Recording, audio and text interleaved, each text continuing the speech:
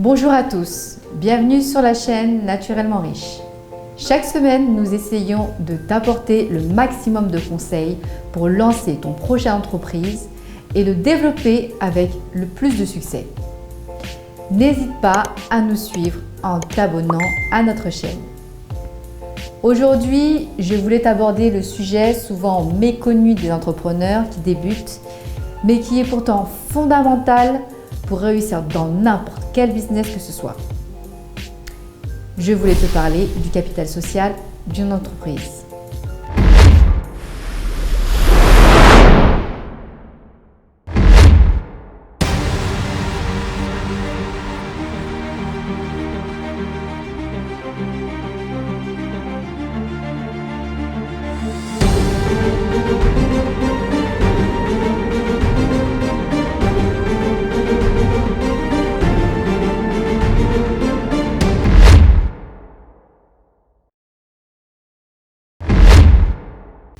Quel est le capital social d'une entreprise? Il peut avoir deux définitions. Une définition comptable, il s'agit de la somme du montant total de tous les types d'apports donnés par les actionnaires et associés à l'entreprise lors de sa création ou au moment de l'augmentation de capital. En français, on connaît plutôt cette définition très concrète car elle est chiffrée. En anglais, il y en a une autre, tout aussi importante mais plus difficile à appréhender car plus difficile à comptabiliser. Le capital peut aussi être l'image de marque de la société. Comment ça se définit? C'est la capacité d'une entreprise à définir, à partager et faire adopter ses valeurs par son public. Le capital social permet de créer de la crédibilité, de la confiance, de l'adhésion et de la fidélité.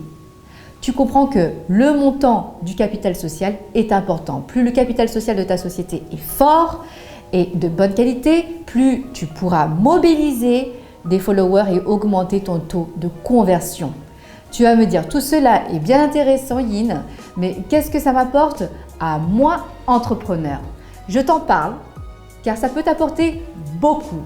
L'idée est de travailler sur ce capital social pour générer de la demande. Car la demande, c'est le nerf de la guerre. Sans demande, pas de vente. C'est aussi elle qui fait monter les prix, surtout quand l'offre en face est trop basse. Avoir de la demande pour tes produits ou services te demande aussi plus de pouvoir de négociation. Tu peux te permettre de perdre une affaire si les conditions ne sont pas bonnes. Tu en auras d'autres. Il te faut donc générer plus de demandes.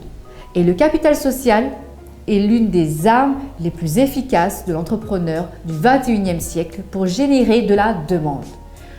On va prendre l'exemple bien emblématique d'Apple. Si tu as suivi un peu leur communication et leur marketing des dernières années, tu as vu comment le capital social peut faire exploser tes ventes. La société a connu des hauts, des bas, mais elle a toujours réussi à se relever grâce à une solide base de clients fidèles. L'iPhone reste aujourd'hui un des smartphones les plus vendus au monde. Comment y sont-ils arrivés? La demande est toujours restée forte grâce à un univers créé par la marque. Il repose sur plusieurs piliers. Un bon storytelling, une belle histoire à raconter qui véhicule des émotions et permet de convaincre les gens.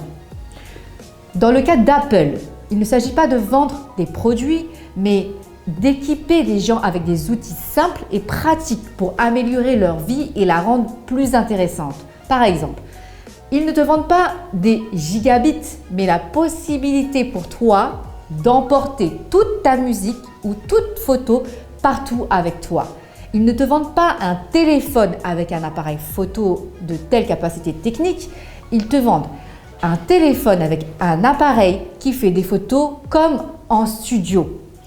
Tu vois la différence. Ils ne parlent jamais en termes techniques, mais avec des mots qui, toi et moi, utilisons. Cela permet de renforcer le sentiment d'identification et de montrer que les produits, même très puissants, sont accessibles. L'autre aspect de leur communication qui les distingue, c'est leur façon de jouer le suspense, avec des annonces presse savamment distillées au compte-gouttes.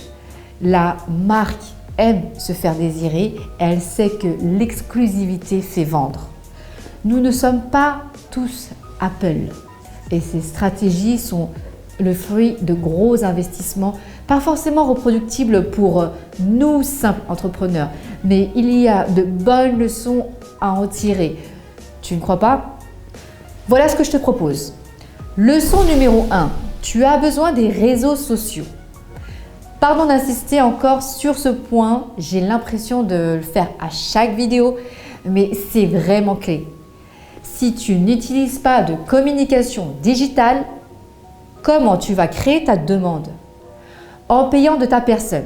Tu vas devoir faire des salons, multiplier les rendez-vous pour te rendre visible et partager tes valeurs. Tu vas te battre pour faire ta place. Tout cela prend du temps, beaucoup de temps. Et tu le sais bien maintenant que tu nous écoutes régulièrement, le temps est ta ressource la plus précieuse. Elle est limitée. Leçon numéro 2. Simplifier ton offre et la rendre plus accessible. Il faut que le client prenne au premier coup d'œil ce que tu fais et ce que tu vends. En gros, quelle est la valeur ajoutée pour lui, ce qu'il va gagner à acheter ton produit ou service. Tu peux mettre en place des offres packagées, clés en main. Tu peux aussi travailler sur le design de ton site pour rendre ton offre visuellement simple. Un clic, toutes les options. Un autre, c'est commander. Un troisième, tu parles à l'assistance.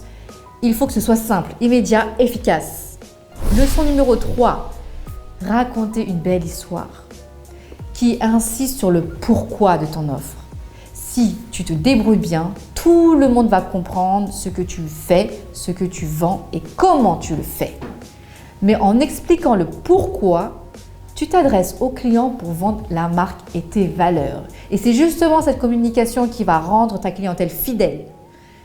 Une fois attachés à ta marque, ils vont la préférer, non pas forcément pour ses produits, mais pour les émotions qu'elle suscite.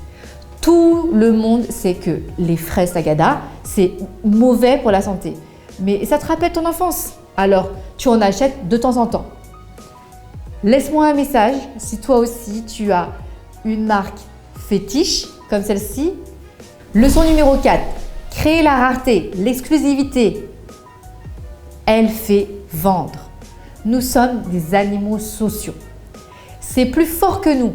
Si quelque chose est rare, que nous serons les seuls ou parmi les seuls à le posséder, il est automatiquement désirable.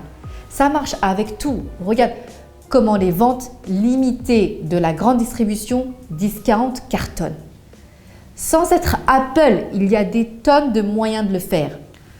Avec des stories Insta ou Facebook quelques jours avant le lancement d'un produit. Les stories Insta ont une fonctionnalité compte à rebours assez sympa pour rendre le décompte visible. Tu peux aussi envoyer des newsletters spécifiques plus de X jours avant le jour J. Tu peux aussi mettre un compte à rebours sur ton site et faire des articles de blog dédiés. Tu peux créer une liste d'attente pour bénéficier d'un tarif spécial de lancement. Bref, tu as mille et une façons de rendre ton offre désirable. Voilà, nous arrivons au terme de cette vidéo consacrée à la demande. J'espère qu'elle t'a permis de comprendre pourquoi la demande est si importante et comment la générer. Je me suis appuyée sur l'exemple d'Apple, mais plein d'autres marques ont aussi des stratégies très intéressantes. Si tu en connais et que tu souhaites les partager et nous expliquer ce que tu y trouves d'intéressant, laisse-nous un petit message en commentaire en bas. Avant de partir, n'oublie pas de t'abonner si ce n'est pas déjà fait. Nous serons ravis de te revoir pour une nouvelle vidéo. À très bientôt sur notre chaîne.